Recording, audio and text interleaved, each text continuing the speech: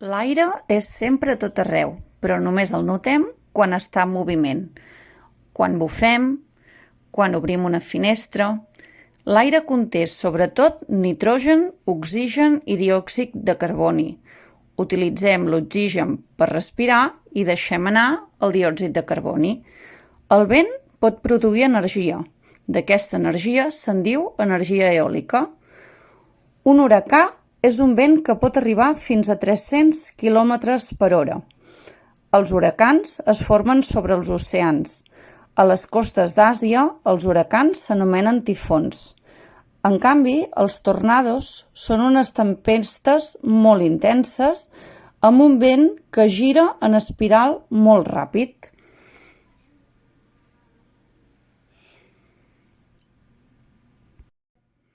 Tant els huracans com els tornados poden provocar moltes destrosses.